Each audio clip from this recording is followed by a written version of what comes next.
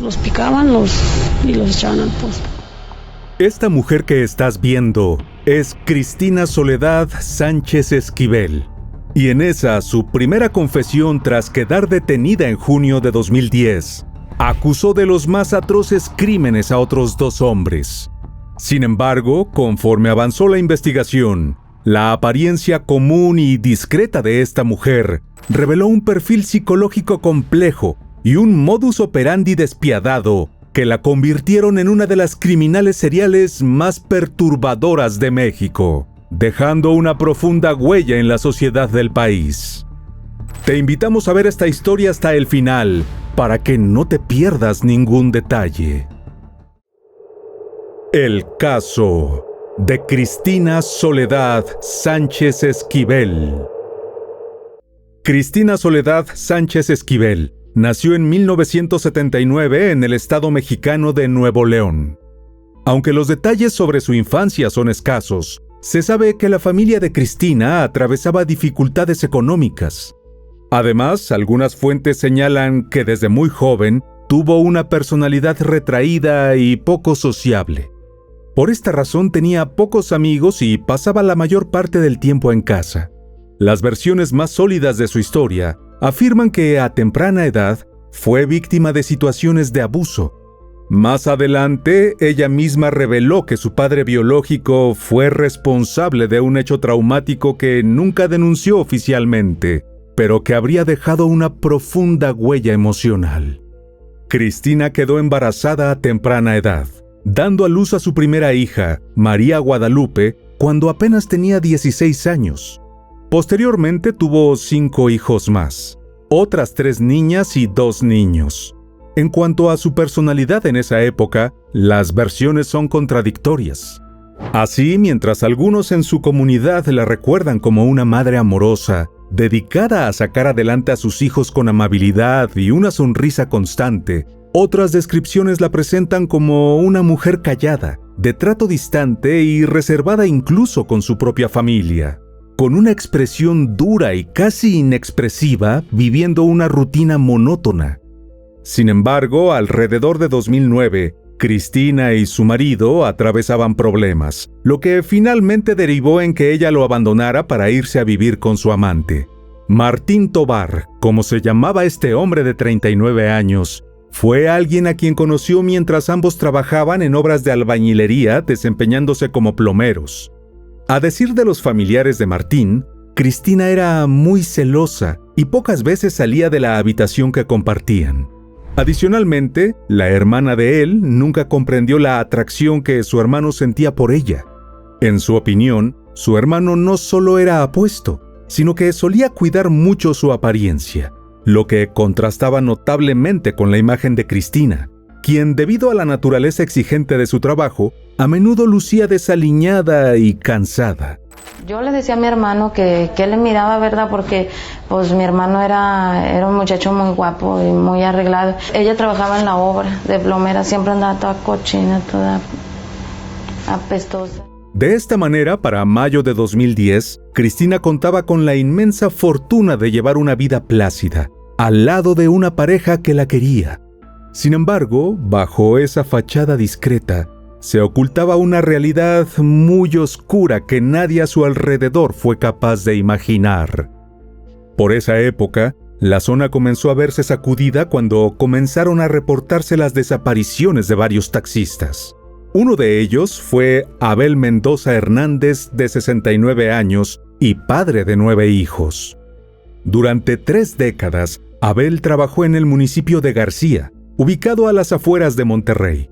Por esas fechas estaba pensionado, así que, como relató posteriormente una de sus hijas, trabajaba hasta las 2 o las 3 de la tarde. Mi papá, una persona pensionada, ya nada más trabajaba hasta las 2, 3 de la tarde máximo.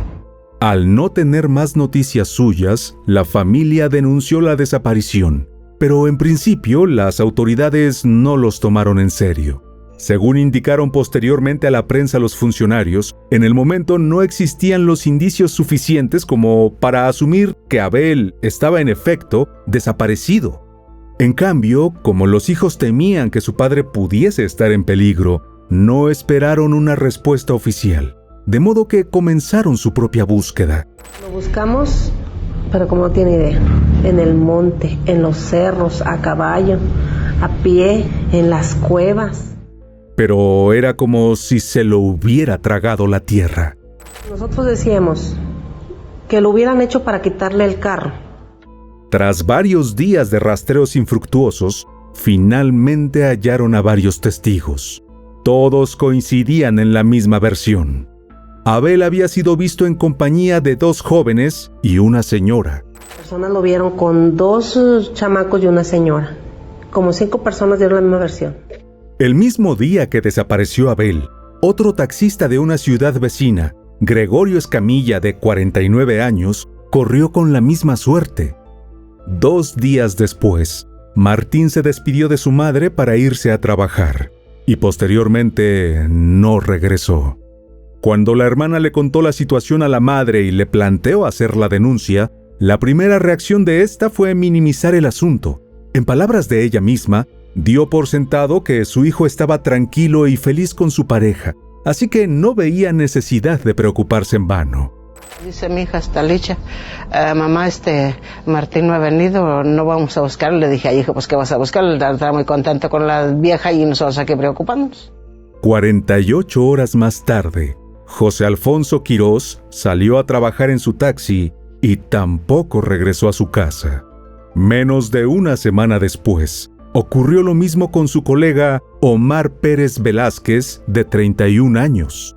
El siguiente conductor de taxi en desaparecer respondía al nombre de Lorenzo Alemán. Las familias hicieron las denuncias correspondientes, pero las gestiones de las autoridades resultaron en vano. En cambio, lo que sí notaron los investigadores fue que, además de su oficio, los hombres desaparecidos tenían algo más en común: ciertas características físicas, como su contextura delgada. Fue a principios de junio de 2010 cuando por fin tuvieron una primera pista sobre las misteriosas desapariciones. Todo ocurrió cuando un hombre que rondaba los 60 años, también taxista, se acercó a la policía para narrar la amarga experiencia de la que fue protagonista.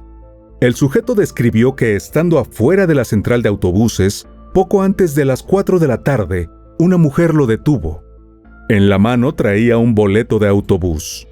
En su rostro se dibujaba un gesto serio, con el ceño fruncido.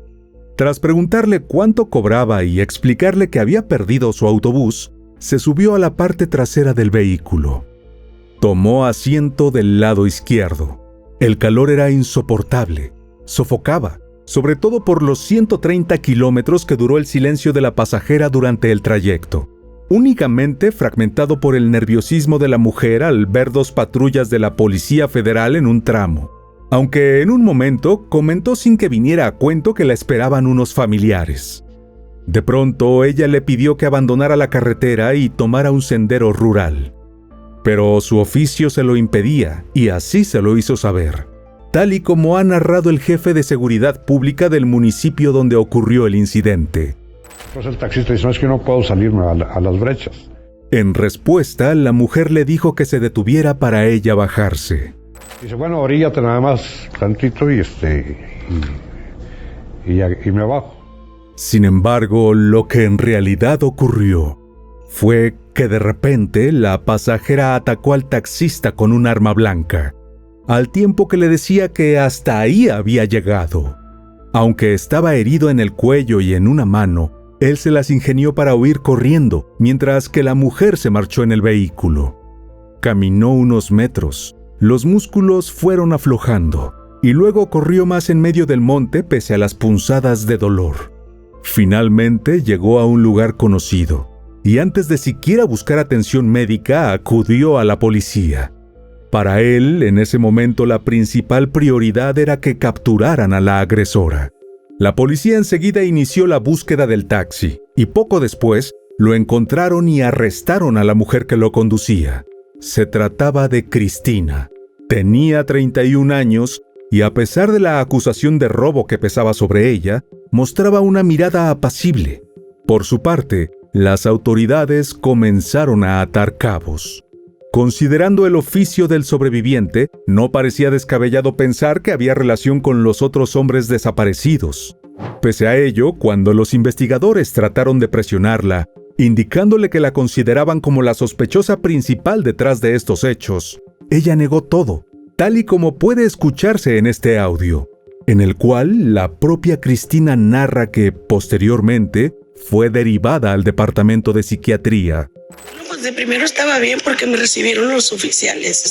Entramos y me decían, no, pues aquí ya me dijeron por qué venía. Le dije, no, hombre, no, yo no vengo por todo eso.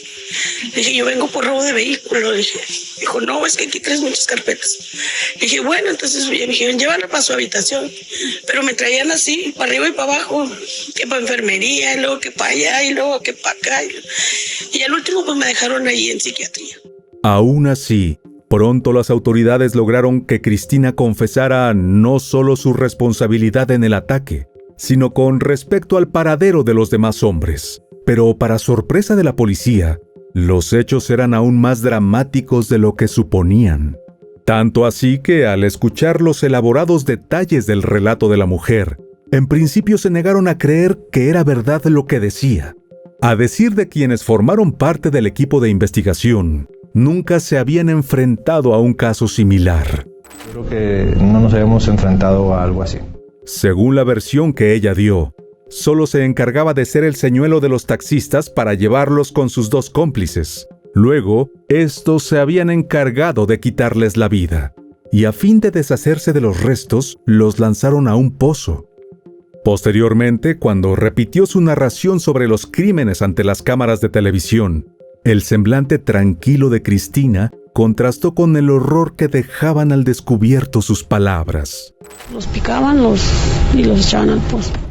Las dos personas a las que implicó eran Aarón Herrera Pérez, de 27 años, y uno de los 5 hijos del matrimonio formado por Ezequiel Herrera Nájera y María Guadalupe Pérez López. Con este joven, Cristina mantenía una relación sentimental desde hacía poco tiempo, un vínculo que la familia del muchacho no veía con buenos ojos. El segundo señalado fue un menor de 15 años cuya identidad se mantuvo en estricta reserva. Valga agregar que en aquel momento, Cristina insistió en que su pareja jamás le detalló lo que supuestamente planeaba hacer con los hombres. Nunca me dijo que lo iban a matar. Esa madrugada, mientras los medios ya preparaban la historia de la mujer, el sobreviviente del ataque se encontraba rindiendo declaración en la Procuraduría General de Justicia del Estado tras una larga y agotadora jornada.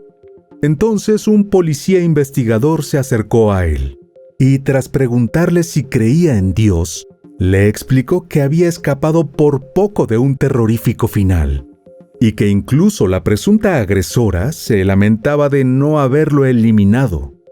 El hombre sintió que le faltaba el aire, y observando las heridas en su mano, tuvo la certeza de que había nacido de nuevo. Entretanto, ya enterado de la captura de su novia, Aarón le confesó a su madre que había hecho algunas cosas malas. Primero, admitió haber participado en el robo de un taxi, y posteriormente se quebró del todo hasta confesarle la gravedad de sus acciones. Aarón fue capturado algunos días después, el 11 de junio, en la maderería donde trabajaba, y fue presentado en las instalaciones de la Procuraduría General de Justicia. Sin embargo, al ser interrogado, el joven contradijo la versión de su novia, acusándola de ser la verdadera instigadora y autora intelectual de los crímenes. De hecho, Aarón narró la extrema violencia de Cristina, quien, según él, había fraguado con lujo de detalles el plan para atraer, eliminar y deshacerse de todos los hombres.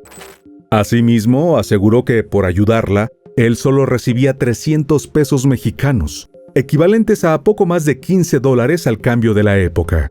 Además, el joven contó que una vez consumados los crímenes, Cristina solía vender los autos por un monto de 20,000 pesos, equivalentes entonces a unos $1,000. Como resultado, ella fue acusada de robo y homicidio calificado, mientras que a Aarón se lo acusó de complicidad. Mientras tanto, ambos quedaron detenidos a la espera de que continuaran las investigaciones. En cuanto al tercer presunto implicado, las autoridades no habían podido dar con su paradero. Al enterarse de los hechos, Ezequiel, totalmente devastado y con lágrimas en los ojos, declaró a los medios de comunicación que si en efecto era culpable, su hijo debía pagar. Por lo demás, negó que el muchacho hubiese dado señales de que andaba en malos pasos. Antes bien, el padre lo describió como un joven bueno, muy trabajador, que nunca se metía en problemas con nadie. A su juicio, había sido Cristina quien lo metió en problemas. Sobre ella, detalló que llegaba a diario a la casa para buscar a Aarón, a bordo de un auto rojo conducido por otro sujeto. Cuando se bajaba del vehículo, de manera agresiva, la mujer le exigía a su hijo que se subiera rápido, advirtiéndole que, de no hacerlo, su acompañante lo llevaría a la fuerza. Antes de finalizar, con la mirada caída, Ezequiel pidió clemencia para su hijo, así como disculpas a los familiares de las víctimas. Su esposa, por el contrario, prefirió mantener un bajo perfil. Pero tanto para ella como para su marido, la angustia y el dolor eran indescriptibles. La consternación fue compartida por los vecinos de Cristina, quienes no podían creer la noticia. Al ser entrevistado por una importante cadena de noticias, uno de los habitantes de la zona y quien la conocía desde hacía un par de años, la describió como una muy buena persona. Además, aseguró que no creía que fuese la autora de los hechos, sino que había sido manipulada para atraer a sus víctimas. No creo que lo haya hecho ella, lo haya hecho los otros chavos. A ella nomás lo utilizaron como para traerlos. La madre y la hermana de Martín tuvieron la opinión contraria apenas la vieron en televisión. Pero no solo eso, sino que temieron lo peor. Por ese entonces, tras varias semanas sin saber de él, se consolaban creyendo que quizás se había marchado a otro estado en busca de una mejor oportunidad laboral. Pero a la luz de los recientes descubrimientos, parecía razonable pensar que Cristina había puesto fin a su vida. Entretanto, más allá de los crímenes en sí y del hecho de que ocurrieran en un corto lapso de tiempo, lo que sorprendió tanto a la población como a las autoridades fue la revelación del lugar a donde habían sido arrojados los cuerpos. Un pozo de agua, abandonado y situado en medio de un cerro prácticamente inaccesible. Tenía tan solo 45 centímetros de diámetro y 700 metros de profundidad. En ese terreno inhóspito y bajo un calor abrasador que rondaba los 39 grados centígrados, los criminales estaban seguros que el desierto sería su cómplice perfecto. Por su parte, los investigadores sospechaban que la contextura delgada de las víctimas no era casual, sino que estaba relacionada con las reducidas dimensiones del pozo, lo que habría facilitado deshacerse de ellas en un espacio tan limitado. Al examinarlo, parientes y autoridades constataron un primer obstáculo. El pozo estaba bloqueado con piedras, aparentemente para despistar a quienes intentaran acercarse. Sin embargo, esas mismas piedras resultaron ser clave para resolver el rompecabezas. Mientras los familiares de Abel intentaban con métodos rudimentarios retirar los obstáculos, los investigadores recurrieron a expertos en extracción de pozos para avanzar en la búsqueda. Las labores fueron supervisadas por las autoridades, mientras que los familiares de los desaparecidos los seguían con expectativa y horror. Al principio, después de lograr introducir por un conducto una cuerda con una cámara de video, esta no registró absolutamente nada, pero sí encontraron algunas muestras de cuero craneal y grasa corporal. A su vez, en los alrededores, los peritos recuperaron la fotografía de una niña que resultó ser la nieta de Abel. Posteriormente, las máquinas sacaron una identificación que reveló lo que la familia de Abel temía. Una de sus hijas ha narrado el instante en que la credencial de su padre salió a la superficie, lo que de inmediato les hizo comprender la horrible realidad. En una de esas se viene la credencial de mi papá. Los hallazgos de aquella jornada de mediados de junio de 2010 no dejaron duda alguna. Gracias al arduo trabajo de los expertos, pronto pudo extraerse un primer cuerpo del pozo, y durante las siguientes jornadas otros tantos. Ante la sorpresa de quienes se encontraban en el lugar, Las maniobras fueron realizadas con mucho cuidado para no dañar o lastimar los restos humanos. Aunque los seres queridos ya se lo temían, la noticia fue recibida con mucho dolor. Después de los dramáticos hallazgos, los restos fueron debidamente trasladados por el personal forense a fin de realizar las respectivas pruebas de ADN para identificarlos. Un proceso que, debido al avanzado estado de descomposición, fue lento. Pero mucho antes de recibir la confirmación oficial, la familia de Abel comenzó los preparativos para darle el último adiós. Para sus hijos, a pesar del inmenso dolor, poder darle sepultura a su padre representaba un alivio considerable y una forma digna de cumplir con la ley de Dios, tal y como lo expresaron ante los medios de comunicación. Entretanto, los forenses identificaron extraoficialmente los restos de José. Pero el horror estaba lejos de agotarse en un caso que mantenía al país en vilo, porque durante uno de los interrogatorios, Cristina reveló, con lujo de detalle y hasta cierta frialdad, de acuerdo con los investigadores, que uno de los taxistas fue arrojado vivo al pozo de agua. Según su versión, el hombre quedó atrapado y comenzó a pedir ayuda, pero sus cómplices le lanzaron piedras hasta que sus gritos cesaron, por lo que presumieron que había perdido la vida. Cuando el relato trascendió a los medios de comunicación, el revuelo en torno al caso fue aún mayor.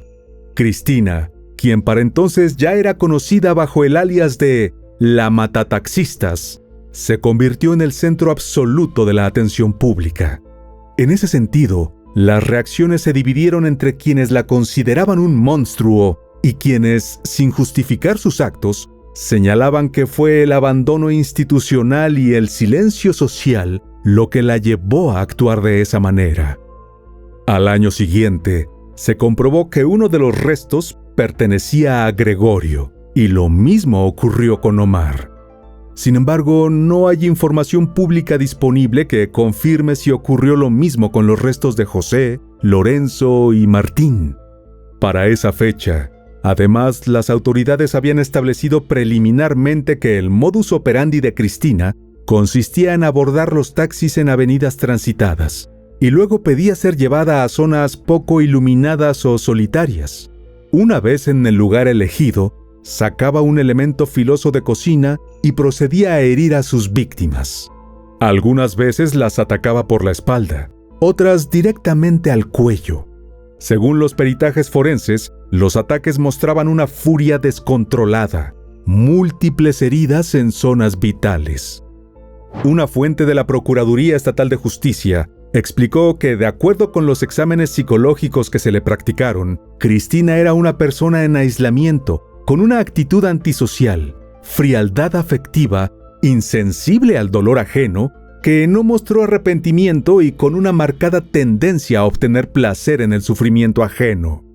Además, en las conclusiones de este dictamen, se dejó constancia de un mismo patrón de conducta criminal, acompañado de una clara actitud de venganza hacia el género masculino. Entretanto, 2 menores fueron presentados ante las autoridades de justicia para adolescentes como presuntos cómplices de la mujer. Uno de ellos, de 13 años, fue liberado pues no se le comprobó participación en los hechos. Un hermano de este menor, de 15 años, fue el que participó en los crímenes, según la Agencia Estatal de Investigaciones. No obstante, con el tiempo fue exonerado. A finales de ese mismo 2012, cuando finalmente se llevó a cabo el juicio en contra de Cristina y Aarón, no hubo muchos alegatos de la defensa, particularmente en el caso de la mujer. Las pruebas eran contundentes. Su rostro había sido captado, sus huellas coincidían con las de las escenas del crimen, y por último, las confesiones de quienes la ayudaron coincidían a la perfección para señalarla como la mente maestra de sus atroces delitos, que incluían robo con violencia, asociación delictuosa, homicidio doloso y violación a las leyes de inhumación y exhumación. Como resultado, el 20 de diciembre de 2012, Cristina Soledad Sánchez Esquivel fue condenada a 195 años y 11 meses de prisión por haberle quitado la vida a al menos 5 personas. En cuanto a Aarón Herrera Pérez, fue condenado a 152 años y 4 meses de cárcel por participar en 4 de los crímenes.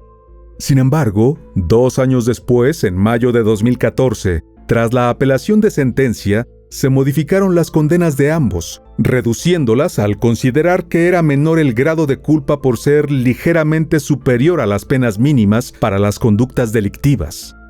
Las condenas fueron corregidas y a su vez disminuidas por los magistrados, quienes determinaron aplicar 130 años para Cristina y 130 años para su cómplice.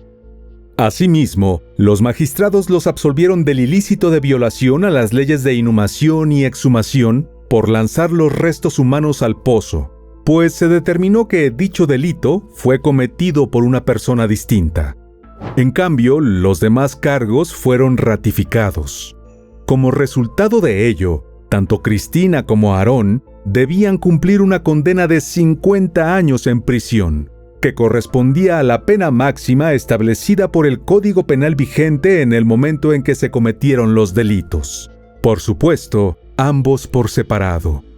Algún tiempo después, durante una entrevista realizada en el penal de alta seguridad donde estaba recluida, Cristina se describió a sí misma como una persona muy trabajadora, que solía ayudar a muchas personas. Además, compartió que disfrutaba practicando varios deportes, entre ellos el fútbol, el básquetbol y el boxeo, destacando este último como su favorito porque le permitía liberar el estrés acumulado en su entorno carcelario.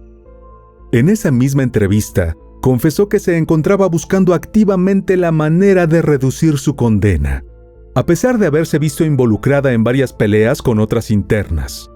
Incluso mencionó que ya habría podido salir bajo fianza, pero no contaba con los recursos económicos necesarios para cubrirla. Cristina también afirmó que su objetivo dentro del penal era proteger a los niños y a las mujeres mayores que estaban enfermas. Aunque han pasado 15 años de los sucesos, el caso de Cristina Sánchez Esquivel continúa siendo objeto de estudio por parte de criminólogos, psicólogos forenses y periodistas, quienes lo consideran uno de los pocos ejemplos en México de un criminal serial cuyo móvil principal fue la venganza pura. Su historia sirve como un recordatorio inquietante de que el horror puede esconderse tras cualquier rostro, incluso el más común y aparentemente inofensivo. Ahora que conoces todos los datos de este impactante caso, ¿qué crees que nos revela sobre los complejos factores psicológicos y sociales que pueden llevar a una persona a cometer crímenes tan espeluznantes? En ese sentido, ¿consideras que es simplemente una criminal despiadada o, por el contrario, una víctima de un sistema que la abandonó? Escríbenos en los comentarios. Güey, me quedé preocupada.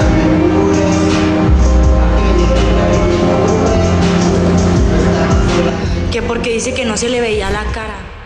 Esta chica que estás viendo era Valeria Márquez.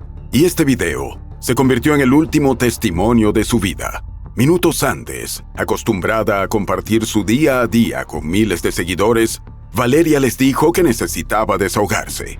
Instantes después, el mal presentimiento de la joven influencer, modelo y empresaria mexicana se hizo realidad de la manera más cruda, en un crimen que fue capturado en tiempo real. El suceso, ocurrido en mayo de 2025, que conmocionó a sus seguidores y dio la vuelta al mundo, ha generado las más variadas hipótesis, mientras las autoridades continúan trabajando para esclarecer los hechos. Te invitamos a ver este estremecedor caso hasta el final, para que no te pierdas ningún detalle. El caso de Valeria Márquez. Nacida en la ciudad de Guadalajara, capital del estado mexicano de Jalisco, Valeria Márquez fue desde siempre una chica que destacó por su belleza, dulzura y carisma. Aunque de su entorno familiar y biografía temprana es poco lo que se conoce, se sabe que creció con sus abuelos y su tío. En cuanto a la madre y el padre de Valeria, fuentes cercanas han asegurado que la primera, aunque la quería, era una presencia intermitente en su vida, mientras que con el segundo, si bien existía un vínculo, la relación siempre fue algo complicada debido al carácter difícil del hombre. Ya durante la adolescencia, Valeria logró comenzar a canalizar su interés por el modelaje, colaborando con marcas de ropa poco conocidas y promocionando a maquilladores locales. Y en todo ese tiempo, a decir de sus seres queridos, jamás perdió la ternura que tanto la caracterizaba. El sueño de Valeria de destacar y dejar su huella en las pasarelas fue materializándose con rapidez, especialmente gracias a su participación en certámenes de belleza locales, donde obtuvo el título de Miss Rostro en 2021, lo que contribuyó a aumentar su visibilidad en plataformas digitales y redes sociales, pero que, sobre todo, se convirtió en un logro que la llenó de orgullo, pues se había preparado con mucha dedicación para lograrlo. Con el tiempo, esa creciente popularidad la llevó incluso a participar en videos musicales de artistas de renombre.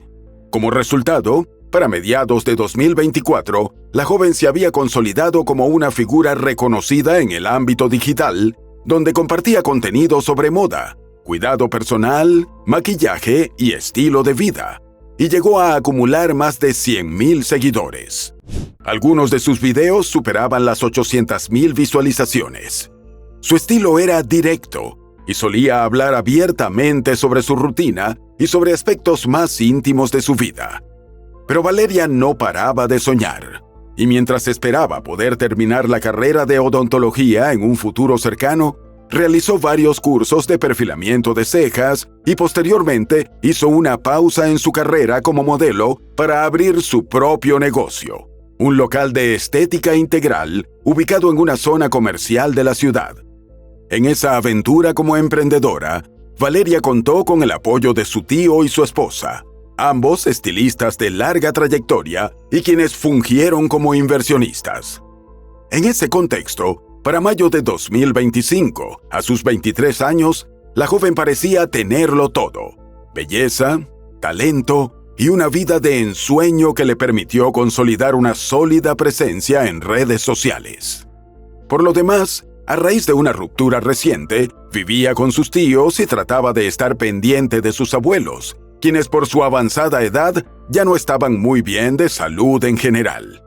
Asimismo, dentro de su círculo más cercano, una de las personas en quien más confiaba era su amiga de la adolescencia, Vivian de la Torre, con quien Valeria había compartido innumerables confesiones, encuentros, tristezas y alegrías. El martes 13 de mayo comenzó como un día cualquiera para Valeria.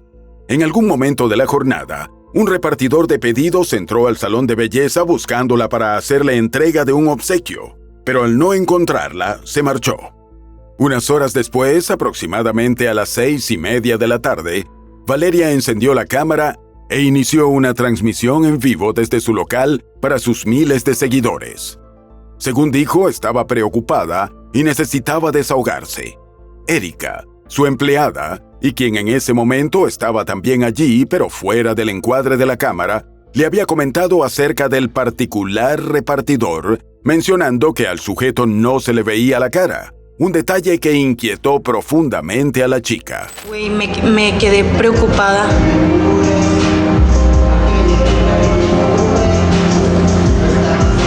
Que porque dice que no se le veía la cara. Evidentemente incómoda, Valeria dijo que se quería ir a casa, pero que no lo hacía porque Vivian le había pedido que se quedara, pues estaba a punto de enviarle una sorpresa y quería ver su reacción.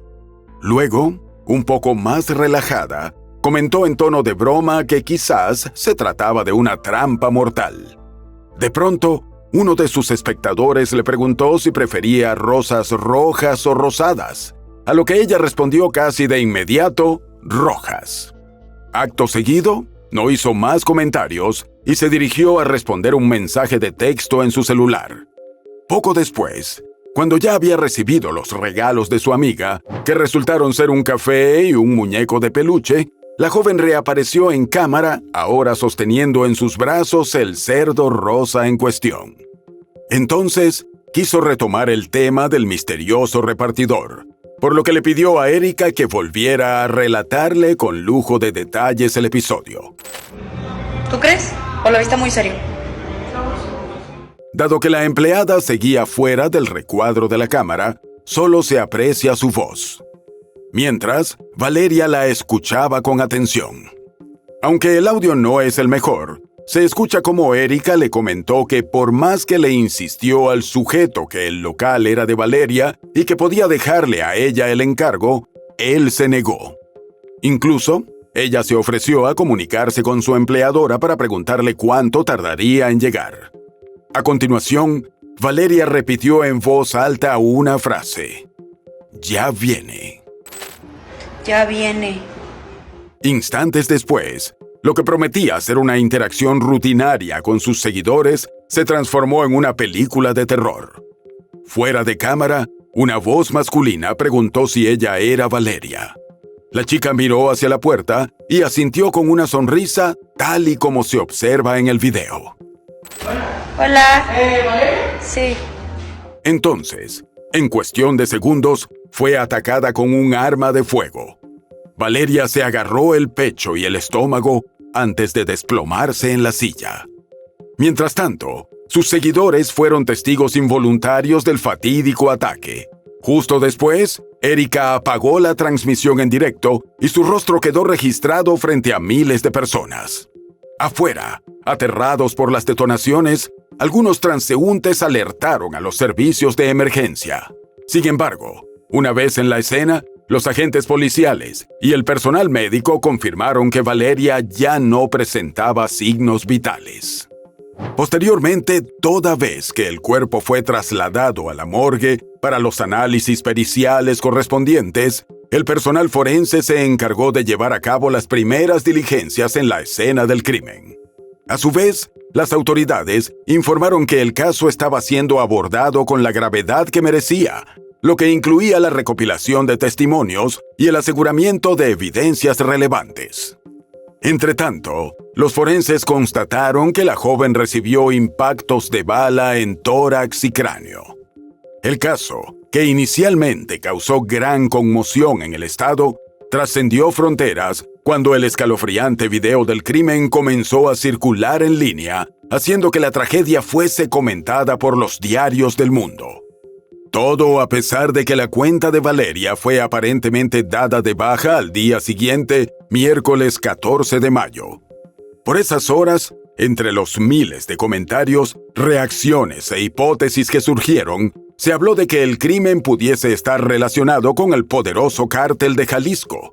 Incluso hubo quienes señalaron que el exnovio de Valeria sería uno de los presuntos cabecillas del grupo. Mientras tanto, familiares y amigos se congregaron para darle el último adiós en un funeral en el que se destacaron numerosas coronas florales, así como un operativo de seguridad notable. En la entrada principal del recinto había una patrulla fija, mientras que al menos 2 vehículos más realizaban rondas periódicas cada 8 o 12 minutos, reforzando la vigilancia para resguardar a los asistentes al velorio. Por su parte, los familiares de Valeria solo exigieron justicia. Poco después, la Fiscalía Estatal confirmó que se trató de 2 atacantes, los cuales, según pudo establecerse, visitaron el comercio el mismo día de los hechos con la excusa de entregar un regalo. Sin embargo, el portavoz de ese despacho también señaló que probablemente no conocían personalmente a Valeria, ya que tuvieron que preguntar por su nombre. Asimismo, contrario a lo señalado en redes, las autoridades descartaron cualquier relación con el narcotráfico, confirmando, en cambio, que el crimen estaba siendo investigado como un posible feminicidio por encargo. No obstante, las autoridades también informaron que, a pesar de que se revisaron tanto las cámaras de videovigilancia del local, las cuales estaban funcionando correctamente, así como las redes sociales de la joven en busca de posibles pistas sobre la identidad de los sujetos, la ausencia de sospechosos impidió que se emitiesen órdenes de captura. En cambio, sí se pudo determinar que en su huida, los agresores tomaron 2 rutas diferentes. y a bordo de 2 vehículos distintos, una motocicleta y un automóvil blanco. Mientras tanto, entre las numerosas reacciones que generó este trágico suceso, destacó el conmovedor mensaje de despedida publicado por Vivian. A través de su cuenta en una famosa red social, donde contaba con aproximadamente 90,000 seguidores y que posteriormente configuró como privada, la joven expresó su desconsuelo por la repentina partida de su amiga, a quien dijo que amaría por siempre. El 19 de mayo, 6 días después de la tragedia, un misterioso hallazgo añadió una nueva capa de incertidumbre al caso. Todo ocurrió cuando un ramo de rosas rojas con una banda blanca sobre la que se leía la palabra «Perdón» fue dejado justo en la entrada de la peluquería de Valeria, donde por entonces se habían acumulado múltiples muestras de cariño por su partida, entre cartas, velas y flores. De inmediato, el ramo fue considerado una posible ofrenda del autor de los hechos, por lo que las autoridades tomaron huellas dactilares del mismo para compararlas con bases de datos criminales. Cabe señalar que por ese entonces, la escena se encontraba resguardada y por ende, el local estaba clausurado. El repartidor que entregó el ramo fue ubicado e interrogado por las autoridades, pero declaró no conocer a la persona que lo envió. Por el contrario, dijo que solo cumplió con su trabajo, que incluía tomar algunas fotografías como prueba de la entrega. Por ello, los agentes lo dejaron en libertad. No obstante, este llamativo detalle no pasó desapercibido para los seguidores de Valeria, quienes rápidamente recordaron y viralizaron el instante durante la transmisión en vivo en el que alguien le preguntó de qué color le gustaban las flores. Por supuesto, no fue el único efecto de que la secuencia del crimen quedara registrada en video.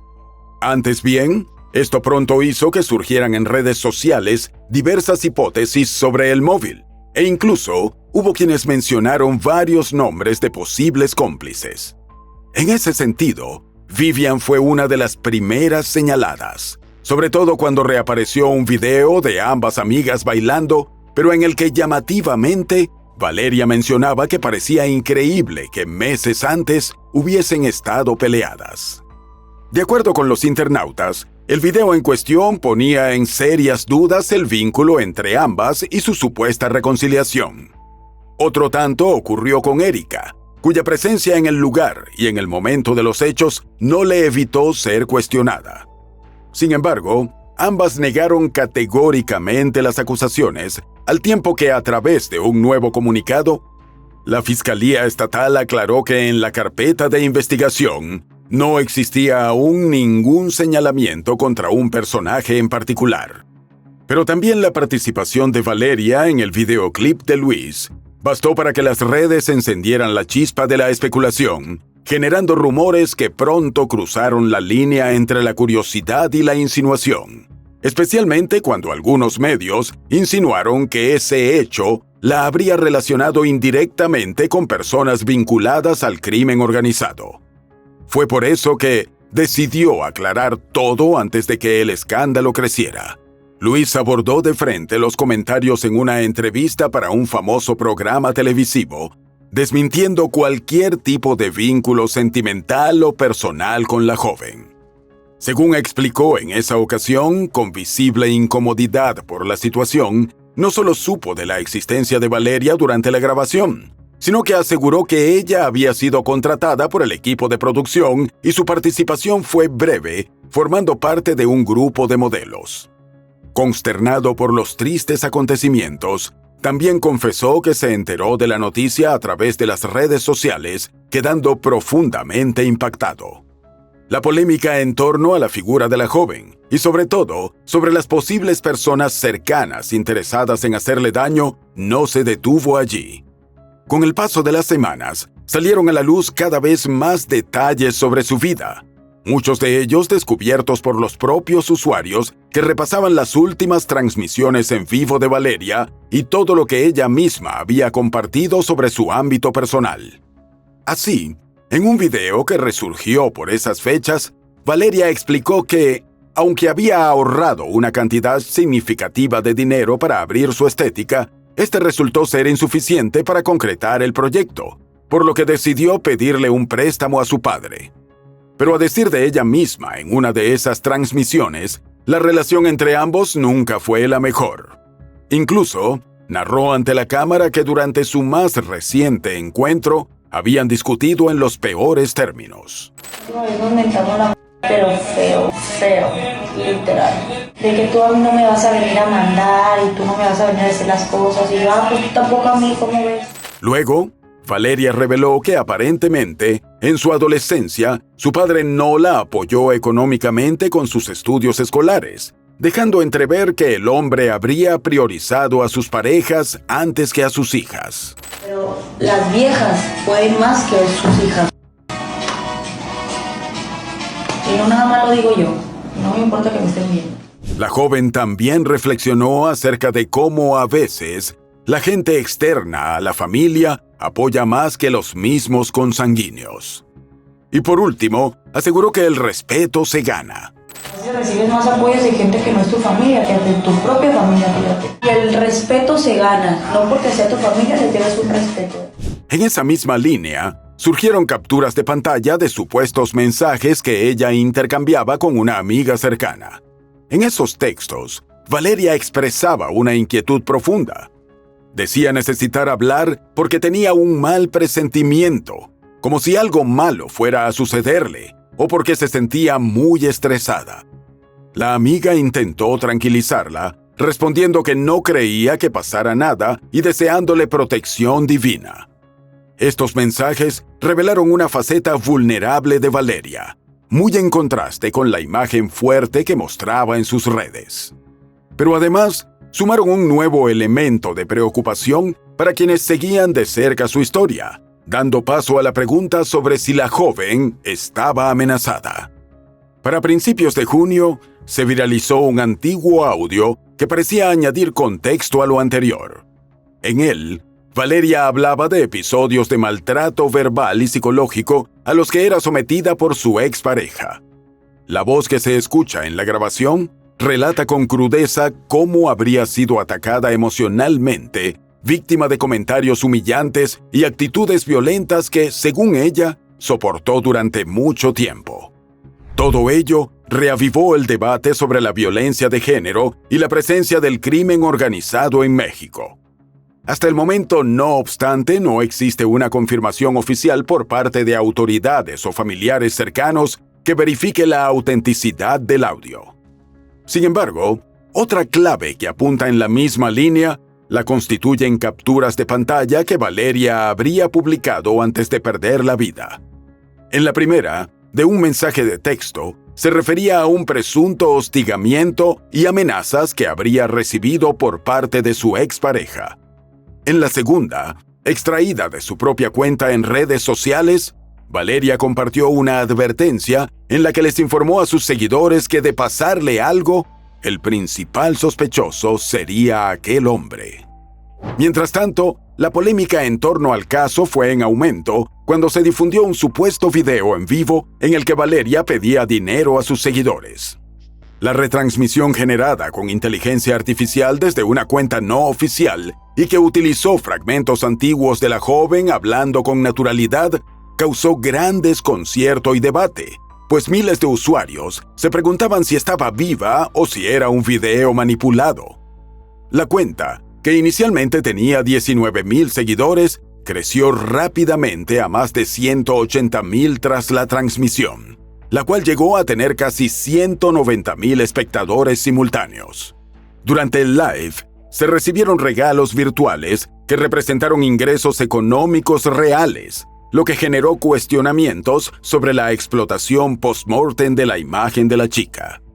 Este hecho abrió un intenso debate ético y legal, sin que hasta el momento la familia haya confirmado si la cuenta está bajo su control o si se han presentado denuncias por suplantación de identidad.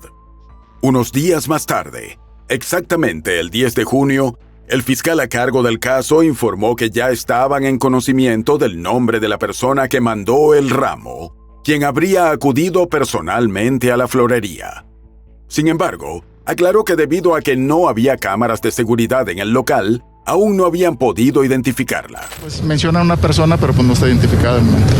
No, en el lugar donde compran las flores no había cámaras. En paralelo, Vivian dio sus primeras declaraciones públicas para insistir que no tuvo nada que ver en los sucesos, aclarando que cuando le pidió a su amiga que se quedara y que la quería ver, fue justo antes de que ésta recibiera sus regalos. No tuve nada que ver. Cuando le dije, quédate, y cuando le dije, quiero ver tu cara, fue cuando llegaron mis regalos. Asimismo, describió cuán duro fue para ella que la señalaran como posible culpable. Me tocó que me echaran la culpa a mí, pensar que le habían lanzado como, no sé, como esas pistolitas de confeti. En esa entrevista, además, Vivian contó que intentó enviarle un ramo de flores a Valeria, pero que al no poder concretar el envío, lo canceló y envió los otros regalos. De acuerdo con su relato, calculó los tiempos para que ambos obsequios llegaran casi al mismo tiempo al lugar. Según explicó, la había visto triste y preocupada, por lo que quiso que recibiera un poco de amor y apoyo. Sobre el ataque, Vivian dijo que, como tantos otros, al haberlo presenciado en directo, quedó en estado de shock. Luego, superada la confusión inicial, se comunicó con la familia de su amiga para informarles lo sucedido. Tras la llamada, dijo que salió de su casa para dirigirse al salón de belleza. No obstante, al llegar al lugar no pudo ingresar debido a no ser su familiar directo. Asimismo, la joven negó que alguna vez se hubiera peleado con Valeria por algún hombre, pues sus gustos en ese sentido eran bastante diferentes. Finalmente, Vivian expresó que no temía a las críticas, pues confiaba plenamente en que la verdad eventualmente saldría a la luz. Y antes de finalizar, dirigió un mensaje a quienes la han señalado sin pruebas, deseándoles que encuentren claridad y comprensión para no dañar a inocentes con acusaciones infundadas. Recientemente, al referirse a la causa, el titular de la Fiscalía Estatal detalló que sigue abierta y que la investigación ha demandado a las autoridades un tiempo considerable y un trabajo bastante complejo en materia de investigación de campo, de inteligencia y de verificación de testimonios. Además, tras señalar que no existía una línea clara que permitiese resolver el caso, dijo que se encontraban considerando absolutamente todas las especulaciones e hipótesis. En el marco de esas mismas declaraciones, algunos medios de comunicación locales destacaron el hecho de que, a decir del fiscal, Erika no ha hecho declaración oficial. Él, por su parte, manifestó su deseo de que ella se presentase cuanto antes al Ministerio Público para poder tomarle su comparecencia. Posteriormente, a través de un video, la abogada de Erika explicó el contexto en el que su clienta actuó durante los sucesos, asegurando que, al estar en estado de shock, decidió detener la transmisión con la única intención de evitar que la última imagen de su empleadora fuera difundida o viralizada. Evidentemente en estado de shock, ella decidió detener la transmisión con una única intención, la cual era evitar que la última imagen de su empleadora, la cual, repito, que fue víctima de feminicidio, fuera difundida o viralizada. Ella no quería que Valeria fuese vista de esa forma. A poco más de un mes de los sucesos, según información oficial compartida por las autoridades, se han entrevistado al menos a 30 personas relacionadas con el caso, pero no hay ningún sospechoso ni detenido. Así las cosas, tanto los seres queridos de Valeria Márquez, como quienes han seguido de cerca la historia, continúan exigiendo que la verdad salga a la luz y, sobre todo, que se haga justicia lo antes posible. Ahora que conoces todos los datos de este desgarrador caso, ¿crees que la justicia podrá realmente llegar al fondo del móvil del crimen para cerrar así este capítulo doloroso para la familia de la joven? ¿O por el contrario, consideras que algunos secretos y verdades permanecerán ocultos, dejando más preguntas que respuestas? Escríbenos en los comentarios. Había que entrar, por supuesto, con un equipo preparado. te repito, no sabían con qué se iban a encontrar. Ahora, si yo te digo que vivían 570 seres humanos como si estuvieran en un campo de concentración, evidentemente sí se necesitaba un operativo tipo nazi. Yo creo que nunca fue exagerado. Esto fue un operativo de salvación. No fue un operativo para apresar, fue de salvación. Y yo creo que hay enormes diferencias. La historia de Rosa del Carmen Verduzco Verduzco, conocida como Mamá Rosa, es una de esas narrativas que parecen sacadas de una novela, pero que esconden verdades mucho más oscuras.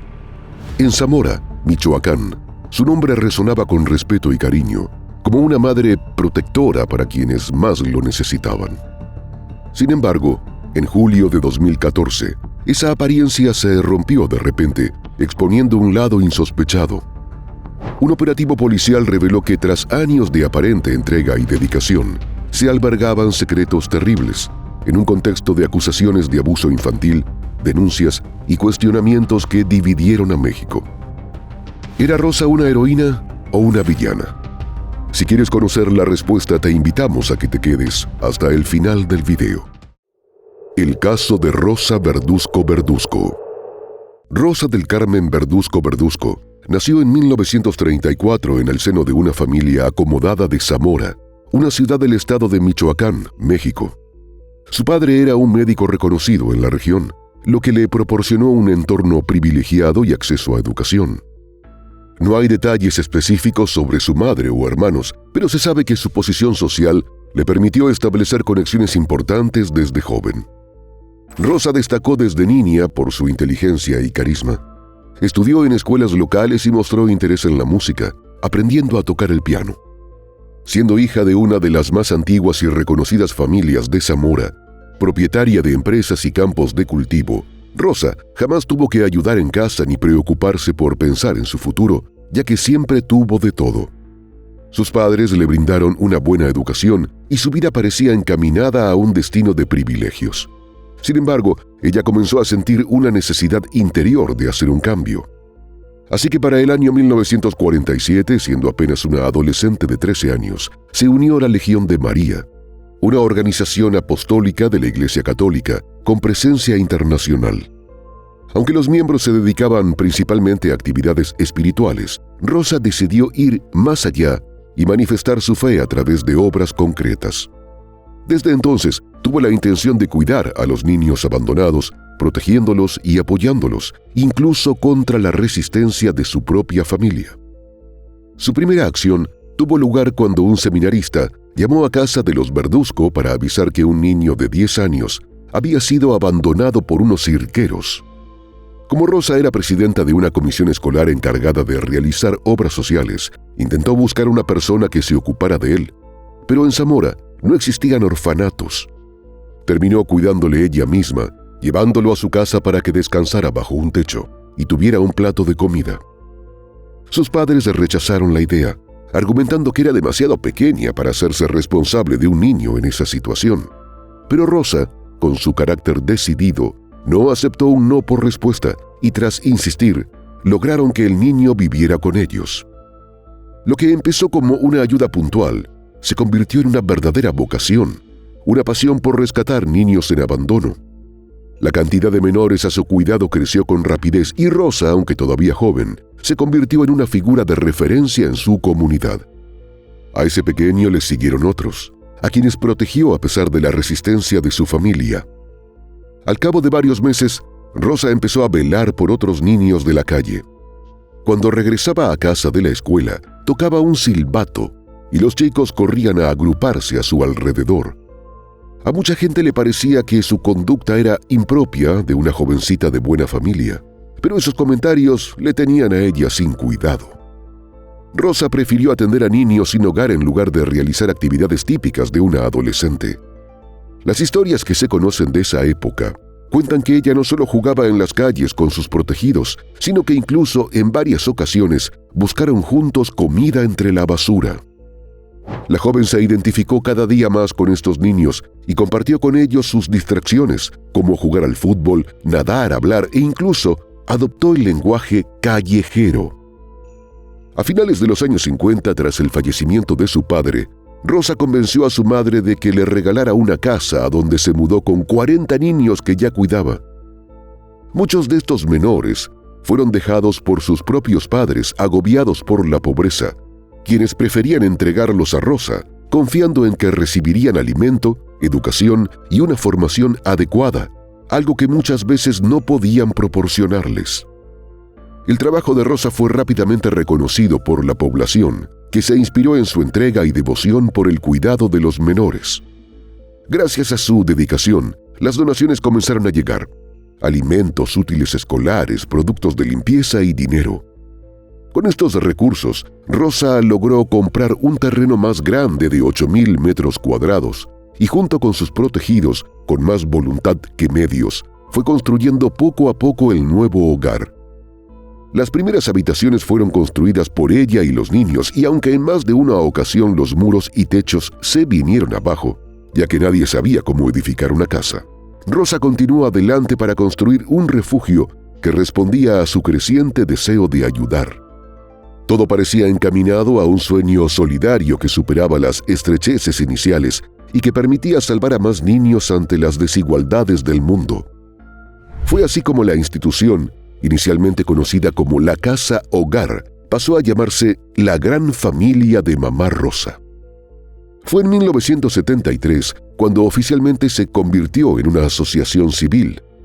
Desde entonces, no solo recibía niños en situación de calle, sino también a aquellos padres que no podían sostenerlos por diversas dificultades o estaban afectados por el consumo de sustancias. Mantenerlos bajo un techo era un objetivo principal, pero la prioridad del albergue siempre fue brindarles educación. Allí, los menores asistían a clases de primaria, secundaria, preparatoria e incluso carreras de extensión universitaria reconocidas y validadas por el gobierno. Además de la formación académica convencional, los niños participaban en talleres de herrería, costura, deportes y mucha otra variedad de actividades. Sin embargo, la enseñanza que más enorgullecía a Rosa era la musical. Todos los niños que residían en el establecimiento aprendían a tocar algún instrumento o a cantar. Esa pasión tuvo un impacto favorable en su obra, pues llevó a transformar el albergue en una escuela de música. Se crearon orquestas de música clásica, grupos de mariachis, quintetos de metales, marimbas y orquestas sinfónicas. Con una inversión mínima, un niño podía ganar la vida tocando en restaurantes sin ser esclavo de nadie. Estos grupos musicales lograron reconocimiento en todo el país e incluso tocaron en Cuba y en varios festivales internacionales, eventos que la prensa documentó con entusiasmo y orgullo. La popularidad de la Gran Familia creció tanto que atrajo la atención de políticos y personalidades importantes. Figuras como gobernadores, alcaldes y hasta presidentes como Vicente Fox y Felipe Calderón se convirtieron en admiradores y en patrocinadores del proyecto, entregando donaciones que ayudaron a mejorar aún más la vida en el albergue, como un autobús para transportar a los niños y fondos para construir un gimnasio. A lo largo de los años, Rosa se ganó el respeto y la admiración, pero también la envidia de muchos. Los habitantes de Zamora pronto se dieron cuenta de quién era en realidad aquella figura que, a ojos de muchos, simbolizaba el altruismo. Rosa caminaba por las calles y por todo México como si fuera la dueña de todo. Y en la misma comunidad, algunos padres incluso amenazaban a sus hijos con enviarlos al hogar de Mamá Rosa, como si fuera un castigo supremo. Era común verla acompañada de un grupo de niños, algunos enviándolos a pedir limosna o a vender periódicos y otros, los más privilegiados o elegidos por ella, acompañándola a tomar un chocolate en un gesto de cercanía. Sin embargo, esa misma autoridad que la hacía respetada generaba temor y rechazo entre quienes la veían desde afuera. El pueblo comentaba que en ocasiones durante las celebraciones tradicionales como el Día de Reyes, Rosa enviaba a los niños a pedir juguetes y si alguien se negaba, ellos mordían a quien se cruzaba en su camino. Los comerciantes y transeúntes estaban en la obligación de hacer alguna donación cuando Rosa pasaba. Ella tenía plena libertad para actuar a su antojo, dominando la escena con un poder que parecía sobrepasar la buena voluntad. La admiración y el temor se mezclaban, creando una figura que, si bien en apariencia era un símbolo de protección y bondad, también ocultaba secretos que solo algunos conocían y que evitaban sacar a la luz por temor a las represalias. Todas las personas estaban enteradas y divididas entre quienes adoraban a Rosa y quienes la aborrecían. Aunque todos le temían, nadie imaginaba en realidad lo que se escondía tras esos muros, ni el infierno que vivían sus moradores. Lo cierto es que durante años se creyó que ese albergue fundado por Rosa era un centro de esperanza donde niños con problemas incluso de drogadicción podían ser atendidos, rehabilitados y preparados para integrarse nuevamente en la sociedad como personas sanas y educadas. No solo menores de edad, sino también adultos que habían pasado toda su vida en ese entorno, permanecían allí incluso después de cumplir los 18 años, en una especie de prolongación de su hogar. Todo parecía indicar que, en apariencia, Rosa había logrado construir un espacio dedicado a la protección y desarrollo de los niños más vulnerables, con un respaldo político y económico significativo. Sin embargo, en la década de los años 80, comenzaron a surgir denuncias por supuestas violaciones a los derechos humanos de los niños en el albergue. Según algunas denuncias, muchos de los niños que allí había no eran huérfanos, sino que provenían de familias de escasos recursos y con dificultades para hacerse cargo de algunos de sus problemas, y eran derivados a la gran familia por agentes del municipio, que les decían que allí podrían solucionar sus inconvenientes y cuidarlos bien. Pero una vez que los llevaban, eran engañados y los hacían firmar papeles en los que cedían la custodia a Rosa. Después, solo podían verlos cada 4 meses y ante la presencia de un guardia del hogar que se aseguraba de que los niños no hablaran de las condiciones en las que vivían. Supuestamente dormían amontonados en cuartos, comían alimentos en mal estado y las condiciones en las que estaban algunas áreas eran infrahumanas. Otras denuncias de padres señalaban que la única forma de poder sacar a sus hijos del hogar era pagándole a Rosa una gran cantidad de dinero, algo imposible para la mayoría de las familias que acudían al lugar. Por otro lado, a los padres se les exigía que aportaran una cuota mensual para la manutención de los niños, que iba a parar a los bolsillos de Rosa.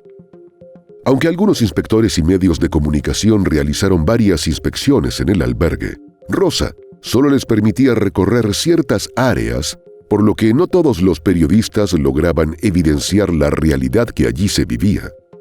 No obstante, en 2010, 2 periodistas realizaron un reportaje en el que describía que ese lugar funcionaba como una especie de centro de detención para menores, donde no podían abandonar las instalaciones antes de cumplir la mayoría de edad, incluso si sus propios padres lo solicitaban. En ese año, los medios de comunicación calculaban que más de 15,000 niños habían pasado por ese hogar. Tras la publicación de las denuncias y las evidencias, la cantidad de acusaciones creció rápidamente, llegando a unas 150 denuncias penales.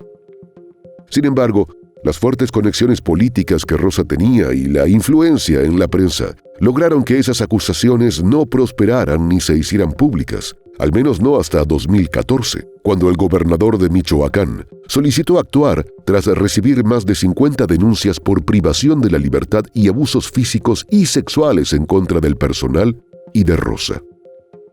Fue así como el 15 de julio de 2014, fuerzas federales llevaron a cabo un operativo en el albergue, encontrando una realidad impactante que había estado oculta durante 6 décadas. Las cámaras de los principales medios de comunicación ingresaron por primera vez a ese lugar. El operativo reveló condiciones infrahumanas. Los niños vivían entre ratas, insectos y en un estado de completo abandono. El patio principal, que se decía que era uno de los espacios en mejores condiciones para recibir visitas, mostraba un estado deplorable. Sin embargo, las paredes, las bancas y los pisos estaban en completo abandono, con grietas y manchas de humedad, como si el tiempo no hubiera perdonado aquel espacio. A través de un pasillo que conducía a las bodegas y a los lugares donde cerca de 600 personas vivían, se podía ver el estado de ruina en que se encontraba. Una de las bodegas encargadas de guardar la comida mostraba un panorama aterrador.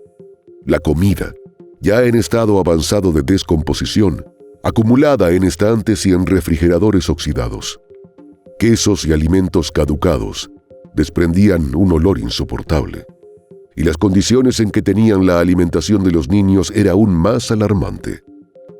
La comida se almacenaba y se les daba días después, en condiciones que favorecían la presencia de animales y bacterias peligrosas. En una de las habitaciones donde dormía Rosa, había latas con dinero que ella entregaba a los niños para que mendigaran en las calles. Estas latas estaban numeradas para registros de seguimiento. Uno de los lugares más temidos era el famoso cuarto de castigo, conocido como el Pinocho. En ese espacio, al momento del operativo, se rescataron a 2 niños, uno de los cuales estaba amarrado y encadenado, con heridas en su cuerpo y cortadas en diferentes partes. Allí también encontraron a un hombre apodado El General, que era responsable de someter a tratos crueles a estos pequeños, con heridas hechas con alambres y golpes. El horror no terminaba allí. En los más de 40 cuartos distribuidos en todo el edificio, las condiciones eran iguales o peores. Cada habitación parecía una jaula. En ella cerca de 20 personas vivían en condiciones infrahumanas, sin importar su edad. Muchos de los adultos incluso se habían violado a sí mismos, sumando al clima de miedo y desesperación. El edificio estaba totalmente alambrado, rodeado de terreno con 2 casas que funcionaban como bodegas. Entre los hallazgos se encontraron ataúdes, y en el patio trasero, el personal de la Procuraduría y la Policía Federal excavaba en busca de posibles cuerpos enterrados, pues muchos niños simplemente habían desaparecido sin dejar rastro. Aunque hubo perros entrenados buscando rastros que confirmaran esa terrible hipótesis, no hay información disponible sobre estos hallazgos. Lo que sí confirmaron las autoridades era que había maltrato infantil, abusos sexuales y vulneraciones graves. Como resultado, el albergue fue desmantelado y se rescataron 596 personas, incluyendo 458 menores, 278 niños, 174 niñas, 6 bebés y 138 adultos de entre 18 y 40 años que habían llegado allí en la niñez. Como parte de la limpieza, las autoridades removieron cerca de 20 toneladas de basura del interior del albergue. 170 se reportan hasta ahorita. ¿Cuál era su situación? Completamente en una suciedad tremenda que se ve, se palpa, se siente, una alimentación bastante, digamos, nefasta, así lo voy a poner, pues porque comían alimentos de hecho caducos y evidentemente pues había un maltrato infantil. Las familias de los niños desesperadas reclamaban sus hijos y solicitaban apoyo. Algunos menores fueron trasladados a albergues en diferentes estados o devueltos a sus familias tras pruebas genéticas. Durante la operación policial, Rosa y 8 colaboradores fueron detenidos inicialmente. En la lista de acusados figuraban varias personas cercanas a ella, entre ellas Felipe Serrano Gómez, Lourdes Verduzco, David Rogelio Álvarez Murillo, Miguel Ángel Ibarra Valencia, Rosa María Viveros Maestra, José Enríquez Hernández Valdovinos y Claudia Priscila Solórzano Rodríguez, responsables por abusos sexuales, explotación laboral, maltrato y encubrimiento. Sin embargo, en el caso de Rosa, se supo que sufrió un ataque de nervios que la llevó a ser hospitalizada, lo que generó sorpresa e incredulidad en el país. La ciudad quedó dividida entre quienes veían a Rosa como una benefactora y quienes la consideraban una explotadora. Sus defensores argumentaban que Rosa probablemente había perdido el control de lo que sucedía en la casa y que las acciones del operativo y las acusaciones mediáticas eran injustas y desmesuradas. Diversos líderes e intelectuales del país redactaron una carta en defensa de Rosa, cuestionando la legalidad y la necesidad del operativo. Argumentaron que no parecía posible que en la gran familia hubiera irregularidades y que, en caso de haberlas, las autoridades debían investigarlas y sancionarlas. Criticaron que la acción policial y mediática había sido excesiva y que se trataba de una humillación inmersida a una mujer que, además, había trabajado como beneficiaria social, con derechos que debían ser respetados. Pero también estaban quienes protestaban en contra de esa versión, incluyendo grupos de padres que reclamaban a sus hijos y expresaban su rechazo a los abusos y a la forma en que se llevó a cabo la intervención policial. Algunos niños y adultos que habían estado en el albergue expresaron palabras duras contra Rosa, revelando aspectos que destruían la imagen de benefactora que se le había atribuido hasta entonces. Pues aquí te encerraban, cada que se escapaban, te dejaban de 2 a 4 meses sin comer, más que tus amigos te daban comida nada más. Aquí pues muy feo porque pues comida mala, pues o sea, no la teníamos que comer porque pues por el hambre, pero estaba con cucarachas. Aquí me trataron mal. ¿Qué le hacían? Que fue una encargada que me pegó a mí y a mi hermana. El impacto de lo ocurrido fue tal que muchas víctimas, tanto niños como adultos, comenzaron a dar testimonio a través de distintas plataformas en redes sociales y otros medios, narrando en primera persona los horrores que vivieron en ese lugar durante años. Sus relatos permitieron que el público conociera de manera explícita los abusos y sufrimientos que marcaron sus vidas en aquella gran familia que en realidad fue una verdadera trampa de maldad. Había una persona de apodo que le decían el general y a mí me torturó él. Sacó los alambres del enchufe, me los metió a la boca, me los pegó en los testículos, en las nalgas. Los testimonios narraban agresiones físicas, largos castigos en un minúsculo espacio sin comida ni agua y la entrega de comida podrida y con cucarachas. Algunos testimonios de los que se guardó la identidad y edad relataron haber sido forzados por partes de mayores de edad no identificados a practicar sexo oral. Uno de ellos narró que un trabajador del centro le obligó a realizar actos sexuales ofreciendo a cambio dinero. En otra acusación contra el albergue, una joven mayor de edad dijo que fue retenida contra su voluntad y abusada sexualmente por uno de los administradores que, al saber después que estaba embarazada, la golpeó para provocarle la pérdida del bebé. Otra joven declaró en una entrevista que a los 13 años fue obligada por Rosa a quedar embarazada, pero perdió el bebé antes de que naciera. La chica señaló que otra de sus compañeras también perdió a su bebé, y Rosa la obligó a enterrar el cuerpo dentro de una bolsa en un hoyo en el patio trasero del albergue. Tenía un mes, quizás menos, de haber parido un niño. En la madrugada nos percatamos de que ha fallecido. Pues yo le doy aviso a mi mamá y me dice, tanto escándalo, total. Y ahí me da ella la confianza y me dice que vamos a ir a la parte de atrás a hacerle una fosita. Y no fue cierto. Yo misma lo eché. ¿No había ninguna fosa en ningún lugar? No. ¿Te dijo ella tómalo? Me aventó una bolsa negra, ella lo envolvió, le puso harta cinta canela y fuimos las dos hacia el patio trasero. Uno de los aspectos más siniestros de esa historia era que muchas de las niñas que crecieron en ese albergue y llegaron a quedar embarazadas, siendo víctimas también de abusos sexuales, no podían registrar a sus hijos, ya que Rosa se encargaba de apropiarse de los nacimientos, inscribiendo a los bebés a su nombre. Así, muchos de esos niños llevaban el apellido de esta mujer, siendo considerados legalmente sus hijos y en muchos casos su propiedad. A pesar de todos los testimonios y denuncias, el proceso judicial tuvo un revés cuando, tras 4 días internada en un hospital, las autoridades le quitaron la custodia federal a Rosa, quien fue liberada poco después que un dictamen clínico indicara que padecía deterioro físico y cerebral debido a su edad avanzada, alrededor de 80 años, y un diagnóstico de demencia senil que la declaró inimputable.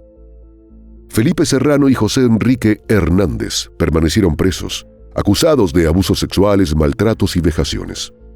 Los demás fueron liberados por falta de pruebas o porque sus delitos alcanzaron fianza. Sin embargo, algunos jóvenes quienes estuvieron en el hogar enfrentaron su propio calvario, aunque muchos enfrentaron dificultades para reintegrarse a la sociedad. Tras la desaparición del albergue, las investigaciones continuaron en diferentes instancias. La Procuraduría General de la República se declaró incompetente y transfirió la responsabilidad a la Procuraduría General de Justicia del Estado de Michoacán, donde acumulaba ya 22 averiguaciones previas relacionadas con el caso. Desde mayo de 2016, no se registraron avances significativos en las investigaciones relacionadas con la casa hogar. Mientras tanto, el inmueble, que permanecía asegurado pero en completo abandono, sufrió varios ataques entre 2014 y 2017, donde se reportaron varios incendios, dejando el lugar en ruinas. Rosa, por su parte, dio algunas entrevistas. Ante la pregunta si estaba arrepentida de lo que hizo, admitió que todos en algún momento se equivocaban y que si alguna vez ella falló o hizo algo malo a algún niño, les pedía perdón. Todo el mundo nos arrepentimos de cosas. Por ejemplo, si yo les fallé con omisión de cuidados a los niños, no solo me arrepiento, sino que me duele. Y ya les digo, perdónenme. Luego de eso, se mantuvo alejada de la atención pública y se estableció en la Ciudad de México, donde vivió sus últimos años hasta el 3 de junio de 2018, cuando falleció a sus 84 años en el Instituto Nacional de Cardiología, debido a problemas cardiovasculares, cerrando así un capítulo legal, pero dejando abiertas las heridas de las víctimas y el debate sobre su legado. La noticia causó revuelo en la región y algunos de los niños, ya adultos, que habían vivido en la casa hogar, se reunieron para despedirla, trasladando sus restos a Zamora para su funeral y participando en una misa en la basílica local, donde sus hijos adoptivos le dieron el último adiós. El padre a cargo de la misma habló sobre las bondades de Rosa, cuya casa siempre fue espacio para el hambriento. Ella logró reunir, canalizar y ayudar al huérfano, al desnudo, como decía el Evangelio. En su casa siempre había un espacio. Frente a lo que fue su antiguo hogar en Zamora, Michoacán, colgaron flores a las puertas del inmueble que hasta 2014 funcionó como el albergue La Gran Familia. Al mediodía de ese día, algunos de sus hijos se agruparon para expresar porras y vivas en honor a mamá Rosa. Todos coincidían en llamar a Rosa una gran señora, una benefactora que, según ellos, había justificado su carácter en la necesidad de educar a niños y niñas con problemas de conducta porque no comprendían ese tipo de disciplinas. Dijeron que gracias a Rosa, muchos de los que estuvieron en el albergue sabían tocar algún instrumento, habían obtenido estudios y algunos incluso lograron obtener una licenciatura. El acto fue presenciado por aproximadamente 1,000 personas, en un ambiente lleno de opiniones encontradas y debates sobre su figura que permanecen divididas. Mientras algunos recordaron sus acciones y su labor en otros aspectos, otros permanecieron críticos y escépticos respecto a su historia y las circunstancias que rodearon su vida y muerte. El caso de La Gran Familia es un ejemplo de cómo una institución aparentemente altruista ocultó décadas de abusos sistemáticos contra menores vulnerables. Los delitos confirmados incluyen abusos sexuales, maltratos, explotación, privación de la libertad y adopciones ilegales, pero no hay evidencia de asesinatos. La impunidad de Rosa, la falta de supervisión estatal y la polarización social en torno al caso reflejan las fallas estructurales en la protección de menores en México. Rosa fue una figura compleja, una mujer de origen privilegiado que dedicó su vida a un albergue para menores vulnerables, pero cuyo control autoritario y falta de supervisión derivaron en abusos graves. Su vida refleja las contradicciones de una persona que fue tanto venerada como temida, y su caso expone las fallas del sistema en proteger a los más vulnerables. Lo que nunca quedó claro fue cómo Rosa, que empezó con una vocación aparentemente altruista y de servicio, terminó siendo una figura tan siniestra que parecía haber olvidado sus verdaderos motivos. Algunas hipótesis sugieren que estuvo involucrada con los cárteles mexicanos usando La Gran Familia como un lugar para lavar dinero. Otros creen que sus vínculos con políticos le beneficiaron personalmente y que, a cambio, obligaba a las personas a votar por sus aliados. También hay quienes aseguran que Rosa era una mujer ambiciosa, extremadamente estricta, que disfrutaba del sufrimiento ajeno y mantenía un control absoluto sobre todo lo que hacía. Lo cierto es que a pesar del tiempo transcurrido, al día de hoy la población continúa dividida. Unos siguen creyendo en las buenas intenciones de Rosa y la consideran una santa, mientras que otros aseguran que fue una de las mujeres más malvadas en la historia de México. Bueno, yo vivo en otro mundo. El mundo de la gente es diferente en dos partes. El mundo de los que tienen todo y el mundo de los desposeídos. Yo estoy del otro lado. El 6 de junio de 2023 quedó grabado en la memoria de México como un día que estremeció a todos. La modelo, empresaria y ex reina de belleza María Luisa Manríquez, apenas con 44 años, había sido víctima de un crimen que reveló la violencia oculta tras la sonrisa y el éxito. Pero la cadena de hechos que siguió a esa pérdida fue aún más sorprendente y enigmática. Su ex esposo, Carlos Gómez, también había fallecido en un accidente que algunos interpretaron como mucho más que un simple azar del destino. ¿Fue un acto deliberado? ¿Una acción desesperada para expiar una culpa que escondía secretos oscuros? En este video te llevaremos a través de todos los detalles de este caso que invita a la reflexión sobre los signos que muchas veces ignoramos, esas pequeñas alarmas que, si no atendemos a tiempo, pueden transformarse en tragedias irreparables. El caso de María Luisa Manríquez Anguiano. María Luisa Manríquez Anguiano nació en marzo de 1979 en la ciudad de Guadalajara, en Jalisco, México. No hay detalles sobre su familia ni de su vida temprana. Solo se sabe que desde pequeña soñaba con formar parte del fascinante mundo de la moda.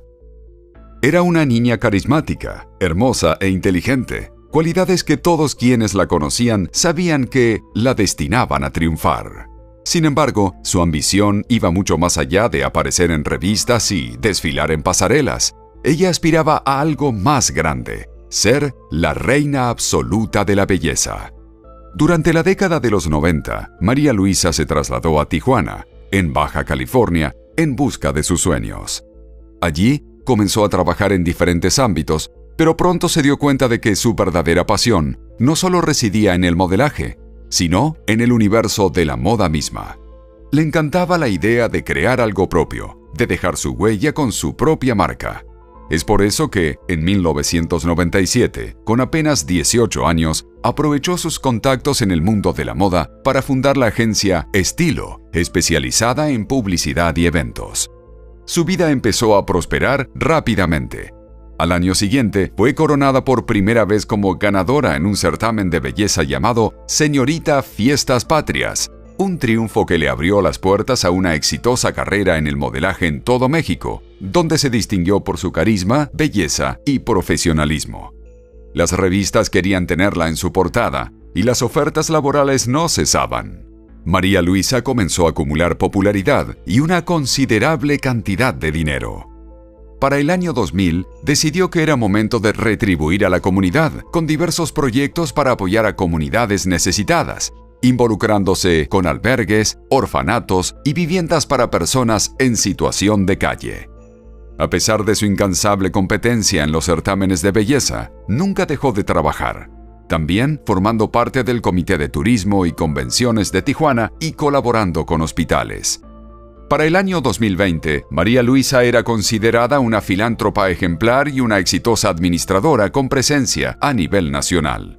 Su talento y esfuerzo le permitieron expandir su carrera, iniciando nuevos proyectos en modelos expos y colaborando con emprendedoras en Tijuana, demostrando que, más allá de una cara bonita, las mujeres podían ser grandes empresarias. En 2021, fue coronada como Reina Estatal de Baja California en la categoría Diamante, un título que resaltaba su elegancia y compromiso con su estado natal. Al año siguiente, en 2022, conquistó los títulos de Señora Turismo, en categorías de simpatía y traje regional estilizado. Además, representó a México en el concurso internacional Belleza Marina en República Dominicana, donde obtuvo el primer lugar, dejando en alto el nombre del país.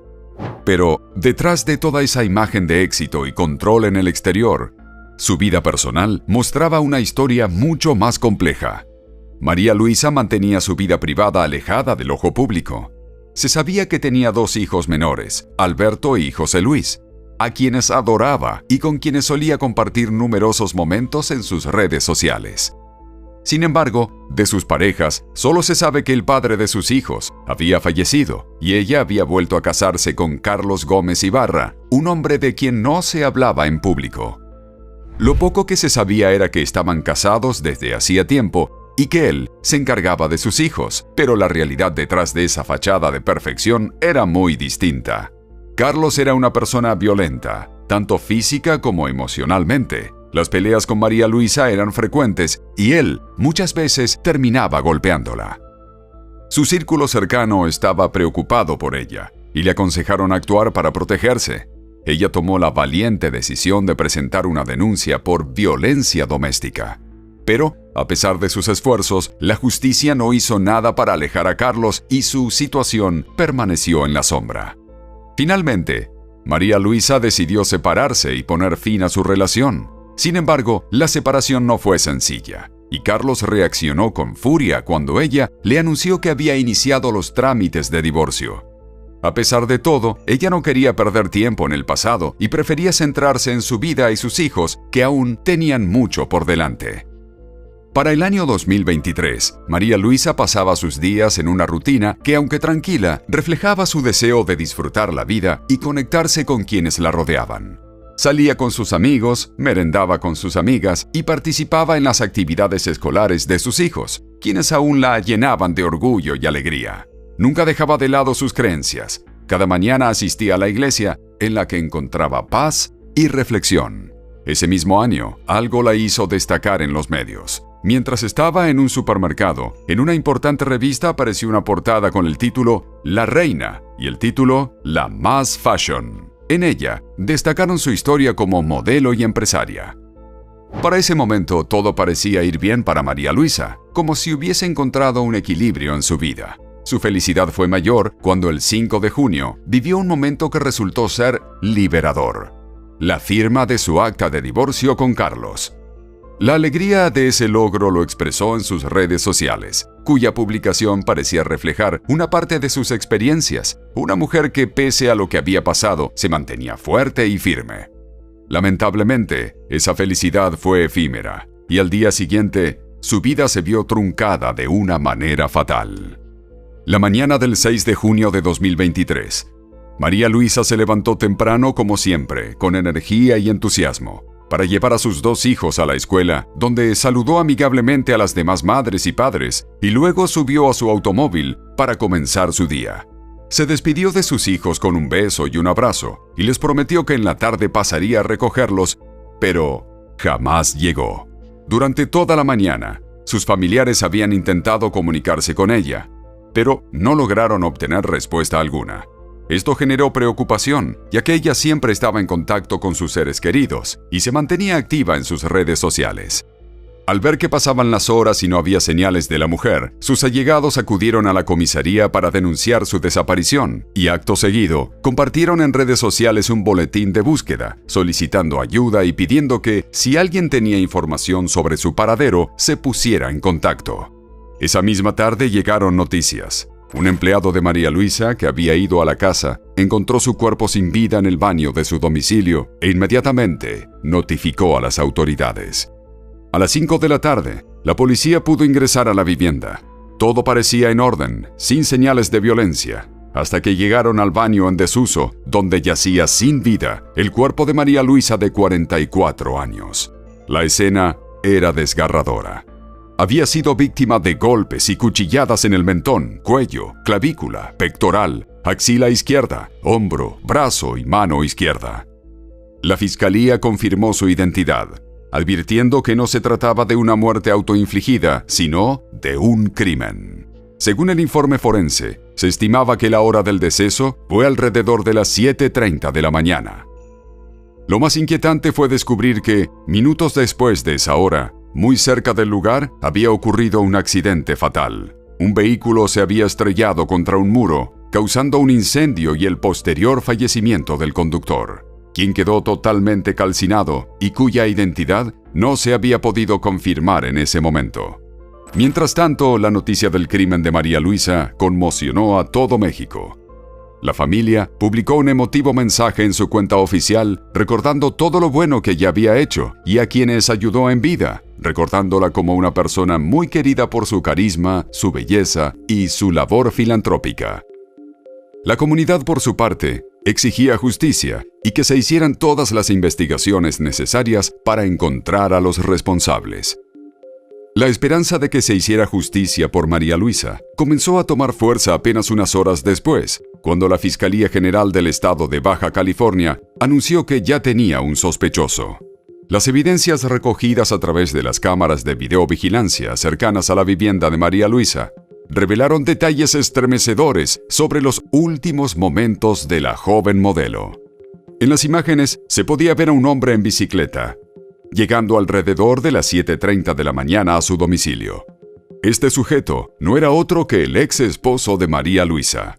Según la secuencia de imágenes, luego de estacionar la bicicleta en la entrada de la casa, Carlos ingresó por la puerta sin forzarla, lo que indicaba que tenía acceso autorizado o que la puerta había sido dejada abierta previamente.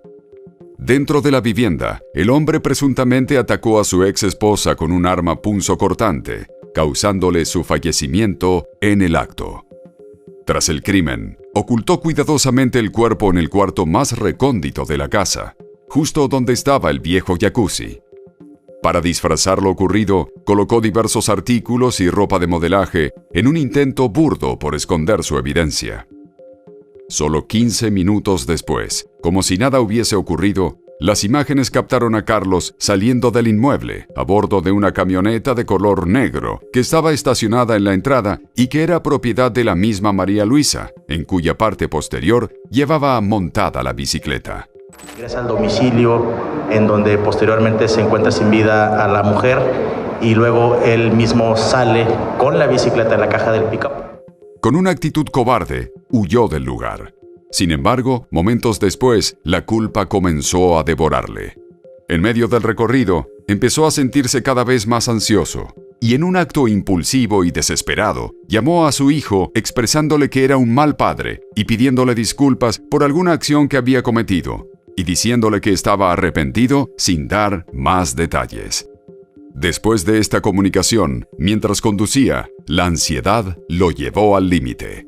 Superando la velocidad permitida, aceleró cada vez más hasta que perdió el control y estrelló el vehículo contra uno de los pilares del puente peatonal. El impacto fue brutal. El vehículo se incendió casi instantáneamente y lamentablemente Carlos falleció calcinado en el lugar. Era aproximadamente las 8 de la mañana cuando la Dirección de Bomberos de Tijuana reportó el siniestro. Inicialmente, el accidente fue considerado como un accidente de tránsito, pero la evidencia de la alta velocidad y los indicios encontrados en el vehículo sugerían que podría tratarse de un acto intencionado. Las posteriores experticias en el auto permitieron determinar que se trataba de la camioneta de María Luisa. Además, los estudios forenses confirmaron que el cuerpo calcinado hallado dentro del auto era el de su ex esposo. Además, las autoridades revelaron que todas las evidencias apuntaban a que Carlos había cometido el crimen de María Luisa en un acto pasional y posteriormente, en un acto de desesperación, se había quitado la vida para evitar ser arrestado. Es un impacto muy fuerte, tan fuerte que se quebra el depósito de gasolina o el tanque de gasolina. Eso hace que se derrame y se prende el vehículo. El impacto fue tan fuerte que hizo que el tanque de la gasolina se rompiera y explotara el auto. El hecho fue interpretado por muchas personas como un acto premeditado y deliberado de autodestrucción, en línea con su historial violento y sus antecedentes de agresión hacia la víctima. La comunidad y la familia de María Luisa coincidieron en que Carlos era una persona violenta y que su implicación en el crimen de la mujer era evidente. El sábado 10 de junio, la comunidad se reunió para despedir a María Luisa en una ceremonia llena de emotividad y respeto. Familiares, amigos, colaboradores, compañeros de trabajo, representantes de diversas empresas y personas que la conocieron personalmente acudieron para darle el último adiós. Entre los asistentes también estaban sus hijos de 15 y 17 años, cuya custodia había quedado a cargo de sus abuelos maternos. Junto a las personas que la apreciaban, ambos recordaron su vida marcada por el compromiso, el amor por la familia y su dedicación al trabajo. La ceremonia tuvo un aire de solemnidad, en donde la despedida se convirtió en un acto de reconocimiento a su legado, que abarcaba tanto su faceta profesional como su alma generosa y comprometida con la comunidad. Al día siguiente, se llevó a cabo la misa en su honor y posteriormente, sus seres queridos emprendieron el recorrido hacia el panteón donde descansaría en paz. Este caso desató una profunda reflexión en la sociedad. La investigación confirmó que la violencia de género, cuando no se atiende a tiempo, puede escalar hacia tragedia. El caso de María Luisa logró una gran visibilidad mediática, principalmente porque ella era una modelo y empresaria reconocida en todo México, y en países cercanos también. Sin embargo, casos como el suyo suceden a diario, y muchas historias de mujeres víctimas de violencia no llegan a los medios masivos. Aunque en el caso de María Luisa no se pudo llevar a juicio porque su agresor y pareja se quitó la vida, la comunidad exigió a las autoridades que se llevaran a cabo medidas para evitar que hechos tan lamentables como este se repitieran. Es fundamental luchar por la seguridad de millones de mujeres que día a día sufren violencia y necesitan ayuda antes de que sea demasiado tarde. La concientización, la denuncia y la acción son esenciales para prevenir futuras tragedias y proteger sus vidas. La trágica historia de María Luisa estremeció a México, no solo por su fama, sino por las sombras que escondían su vida y su muerte. Un feminicidio que, a simple vista, parecía un caso aislado, reveló la triste realidad de muchas mujeres que luchan en silencio contra la violencia de género y la impunidad. ¿Hasta qué punto estamos preparados para enfrentar estas tragedias y actuar a tiempo? Su caso nos invita a reflexionar sobre la cruda realidad que enfrentan millones de mujeres. La violencia y la falta de protección no discriminan entre clases o reconocimiento público. Afectan a todas.